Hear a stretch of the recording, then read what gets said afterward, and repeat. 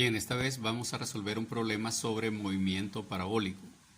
Y dice lo siguiente: se dice que Guillermo Tell atravesó con una flecha una manzana colocada sobre la cabeza de su hijo.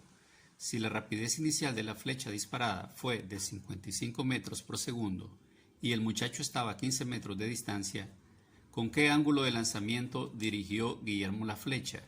Inicialmente la flecha y la manzana están a la misma altura sobre el suelo.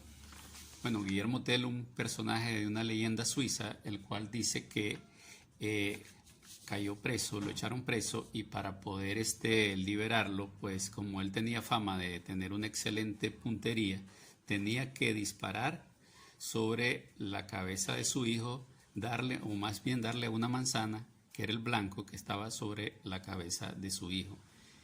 Entonces aquí nos da una serie de datos que vamos a extraer para encontrar el ángulo adecuado para que Guillermo no asesinara a su hijo de un flechazo. Veamos entonces.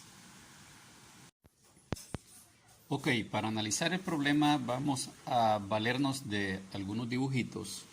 Por ejemplo, tenemos este muñequito que nos representa a Guillermo Tell, tiene una ballesta y va a hacer el disparo sobre la manzana que está en la cabeza de su hijo. Entonces vemos que está a una distancia de 15 metros y la velocidad de salida de la flecha es de 55 metros por segundo. Bueno, aquí lo hice como que fuera un movimiento rectilíneo, pero en realidad tiene que haber un ligero ángulo de inclinación para que la flecha no dé sobre la cabeza del muchacho y lo vaya a asesinar. Entonces, ¿cuánto es el ángulo de inclinación? El ángulo de inclinación que se necesita para que Guillermo no asesine a su hijo. Entonces, vamos a valernos de las ecuaciones del movimiento parabólico. Entonces, tenemos velocidad horizontal es igual a la velocidad inicial por el coseno del ángulo. Recordemos que el movimiento parabólico es un movimiento en dos dimensiones. Entonces hay una velocidad horizontal y una velocidad vertical. En este caso nos interesa la velocidad horizontal, porque la distancia aquí también es horizontal. Y la distancia está dada por la velocidad horizontal por el tiempo de vuelo. Si reemplazamos en velocidad horizontal nos queda velocidad inicial por el coseno del ángulo por el tiempo de vuelo. Como vemos en los datos no se nos da ningún tiempo, por lo tanto tenemos que hacer algunas sustituciones. Por ejemplo, recordar primero que el tiempo de vuelo está dado por 2 veces la velocidad inicial por el seno del ángulo sobre la gravedad. Entonces con esta ecuación podemos reemplazar en esta otra, es decir, en la distancia. Entonces decimos que la velocidad inicial por el coseno del ángulo, reemplazamos en tiempo de vuelo y ponemos acá 2 veces la velocidad inicial por el seno del ángulo sobre gravedad. Entonces al operar esa ecuación nos queda que 2 veces la velocidad inicial al cuadrado, velocidad inicial por velocidad inicial al cuadrado, por coseno del ángulo, por seno del ángulo, todo esto sobre gravedad. Bien, por trigonometría sabemos que 2 veces el coseno del ángulo por el seno del ángulo es igual al seno de 2 veces el ángulo. Es decir, esta es una identidad trigonométrica.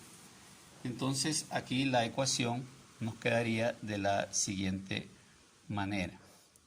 Entonces la distancia o el alcance va a estar dada por la velocidad inicial al cuadrado y reemplazamos aquí con la identidad trigonométrica y nos queda seno de 2 veces el ángulo, todo sobre gravedad. Esta ecuación es muy importante ya que ya no vamos a hacer uso del tiempo. Ya el tiempo ya no va a ser necesario, por lo tanto aquí ya puedo despejar el ángulo, que es lo que necesito para calcular pues su valor. Entonces vamos a hacer un despeje.